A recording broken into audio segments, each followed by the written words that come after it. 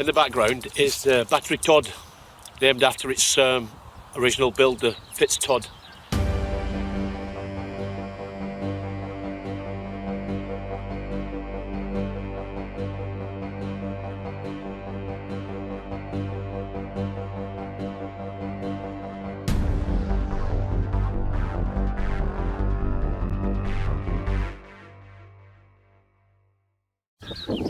Batterie Todt was built for the Kriegsmarine, which is the Navy. In total it has actually 4 casemates, or turns. It was initially named the Seafree Battery, but when Todt, who actually built it, or his organisation built it, died in a plane crash a few days before its inauguration, they changed it to the Batterie Todt. You see there's these sentry huts that they've used obviously on the entrance to any battery, and they've got hooks at the top so they can manoeuvre them around a bit. They have slits here to view the side, and if you walk inside here, it's a shelter if it's raining, and they can view anything that comes along from the sides and the rear. These are called check edge jogs, and basically just RSJs welded together. They're formidable, and if a tank hit it, they just roll over. Some I even had mines on top of them as well. These things are called Belgian gates.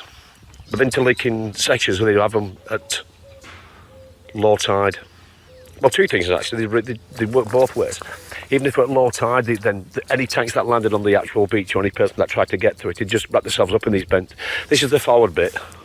And they would, if a tank hit it, they'd just roll back and they would encircle the tank anyway. They were trapped. Now, if they were high tide and a boat went over the top, these sections here, there, would catch the bottom of the boat and rip it apart. That's why they couldn't be seen. Or sometimes they'd have teller mines, which are anti-tank mines, but they still have mines on top to destroy any ship that was coming along. And there's a turret, or a tabrook. That's the Krupp K5 Railway gun. The Krupp's K5 series was consistent in mounting a 21.5 metre or 70 foot long gun barrel in a fixed mounting with only vertical elevation of the weapon.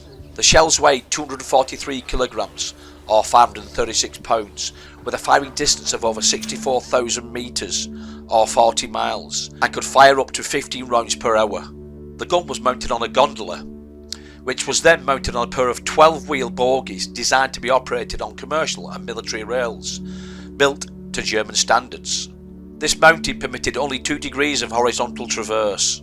The carriage had to be aligned on the rails first, with only minimal fine levelling once stationary. To track targets, the gun would need a greater traverse.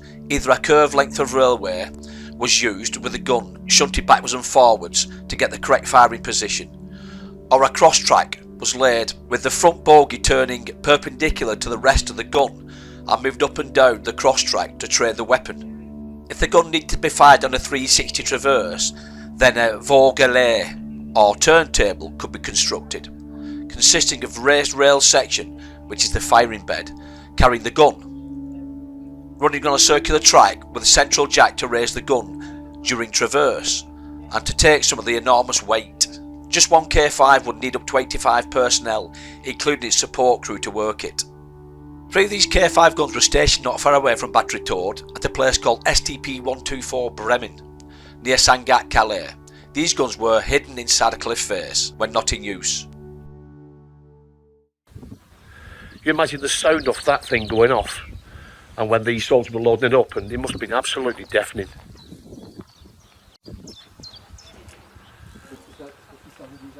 This is a German 88mm flat gun, which was very common in the German army.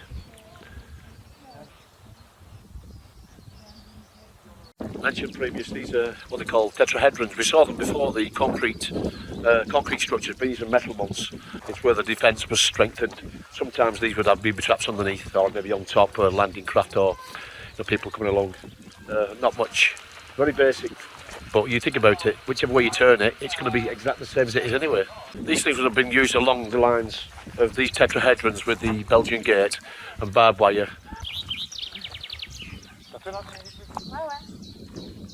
I have noticed with a number of different bunkers placed along the Pas de Calais area, Boulogne-sur-Mer area, that they've actually converted them to part of their house, so that no doubt is some kind of a storage area. But at the time, it looks with the two things on top there, two chimneys, it could have been just a personnel holder holding 10, 20 soldiers. But now it's part of somebody's house. The Todt Battery, also known as Batterie Todt, is part of coastal artillery built by the Germans in World War II. Located in the hamlet of Haringzel near Cap Grenouille, Pas de Calais, France. It was part of the Atlantic Wall and consisted of 4 Krupp 380mm or 15-inch guns with a range of 55.7 kilometres or 34.6 miles, capable of reaching the British coast.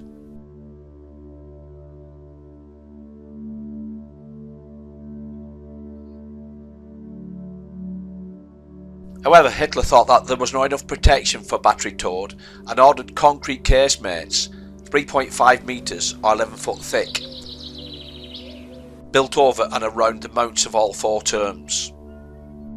This had the unfortunate effect of limiting the gun's traverse to 120 degrees.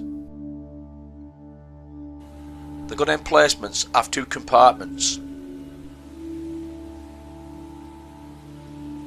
The upper house the guns and their loading equipment.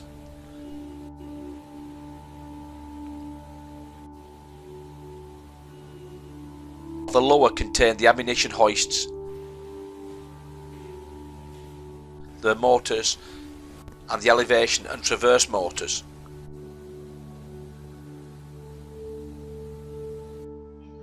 The battery fired its first shell on the 20th of January 1942.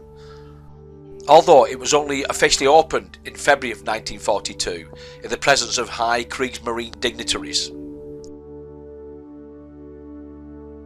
Originally to be called the Siegfried Battery, it was renamed in honour of the German engineer Fritz Todt, creator of the Todt organisation, responsible for the construction of the Atlantic Wall, who died in a plane crash days before the battery's inauguration.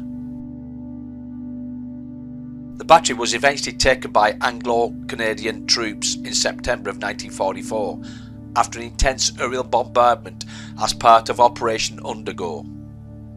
Well, I hope you enjoyed your little tour around the Todt Battery. Now we're going to have a look at some of the terms, the other batteries that are linked to the Todt Battery as well.